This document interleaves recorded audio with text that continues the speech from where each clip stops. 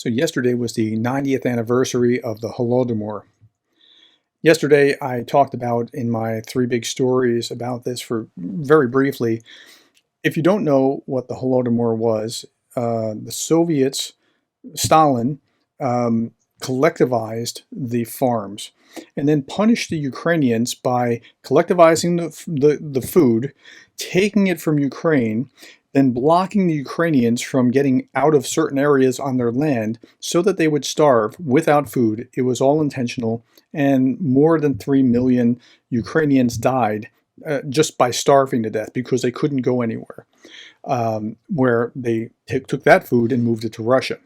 It was intentional, it was genocidal, and if you want to understand why Ukraine thinks that this is a genocide, is because the Russians are doing genocidal activities to them again. Now this is 1420, and 1420 was asking, this is Daniel Orion, and I highly recommend 1420, and just to get a kind of man on the street interview about what Russians think. And so here he's asking about the Holodomor. Okay, have you heard anything about the Holodomor? What do you know about it? The man doesn't want to answer.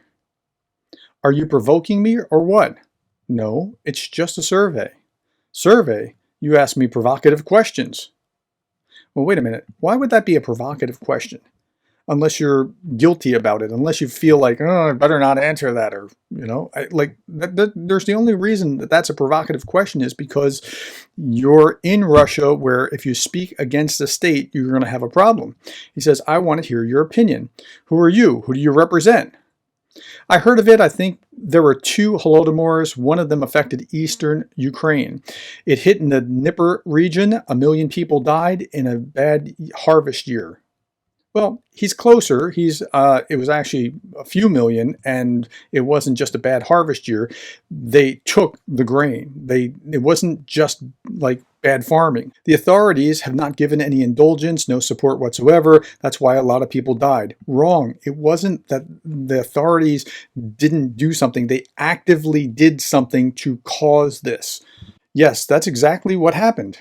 What was supposed to happen, happened. But you could say that in 53, he paid for all the bad things he did. Here he's talking about Stalin dying in 53.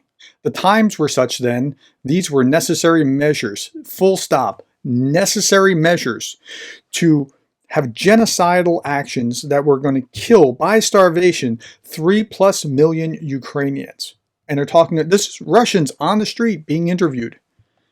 Do you think that he was aware of what was going on? Of course he was. Why didn't he do anything about it? What could he have done? It was like that all over the country. No, it was not all like that all over the country. It was bad in some areas because collective farming tends to do that. It's not a really great system, but it was not like that all over the country. This was intentional. This was genocidal. Holodomor, of course, I've heard of it. What's your opinion on that? I didn't exist back then. What can I tell you? Yeah, it's clear, but let me ask you then, what's your take on his politics? Great. Why? There was order.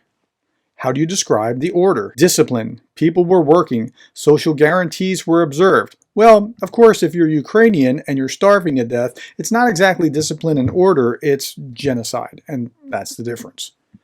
I like Stalin for his state affairs. He is a statesman. And you don't think he was responsible for the deaths of many people?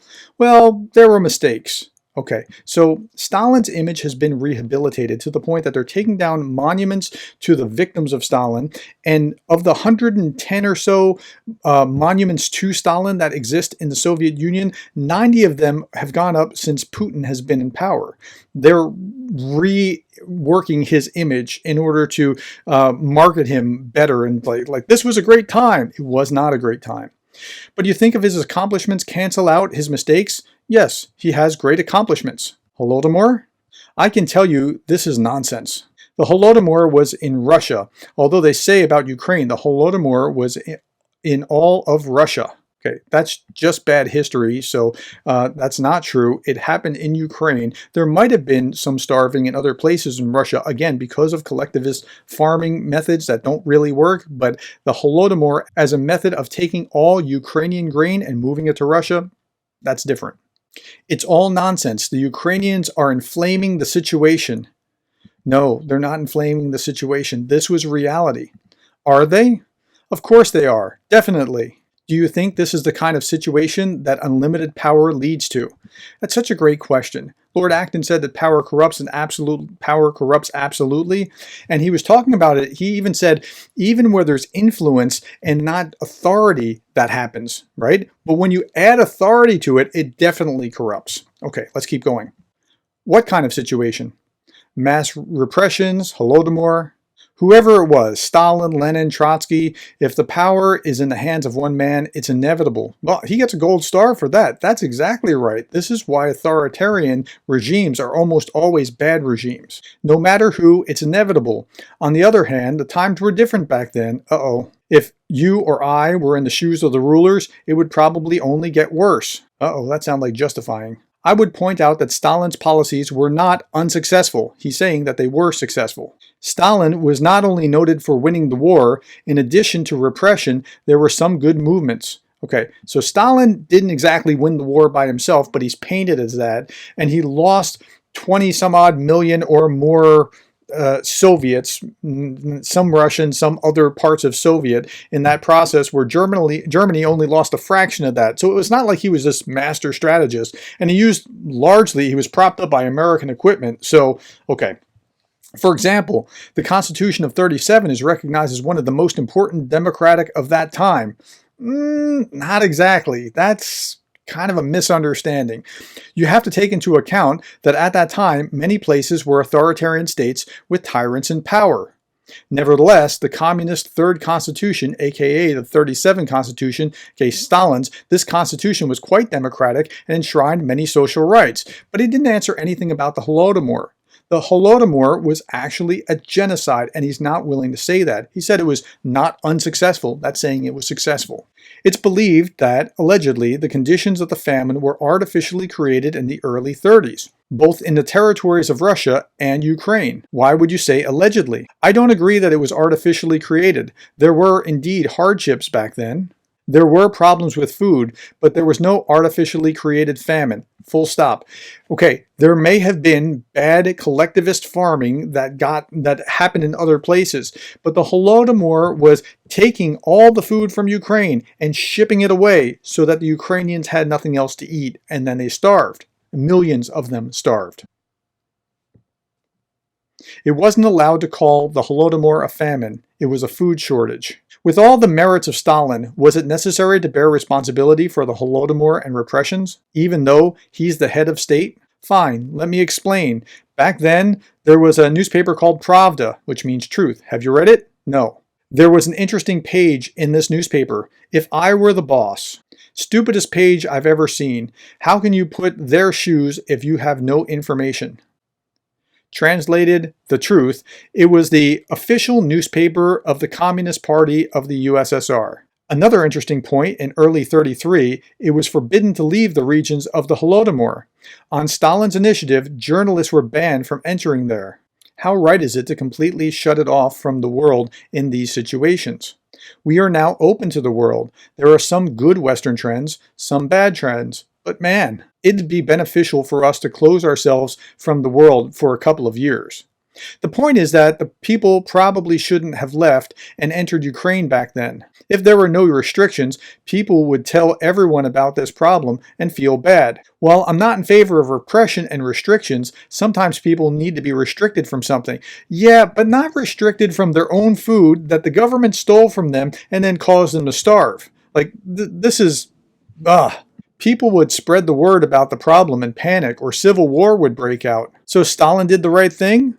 What happened is what happened. It could have been worse, so... Wait a minute, it was worse. There's hardly a way that it could have been worse, at least for Ukrainians. It was terrible. It was genocidal. Imagine if a similar situation with restrictions happened now. Would that be the right thing to do?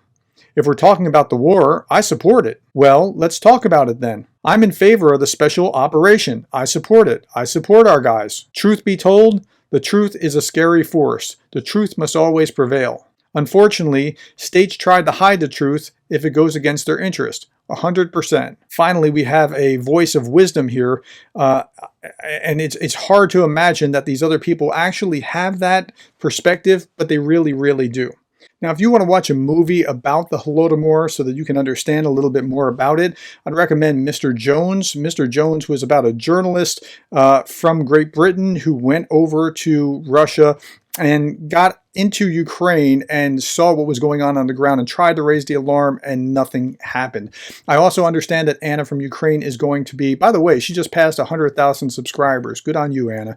And I understand that Anna is going to be putting out a video about the Holodomor as well.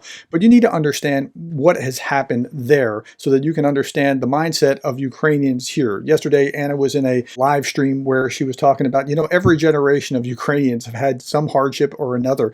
And I think that's actually pretty fair. It has been a very rough ride for them. All right. That's all that I have. Thank you for your time listening to this. Thank you for the likes, sharing, subscribing. Thank you for all that. And thank you more than anything else for informing yourself and being the kind of person that cares about Ukraine.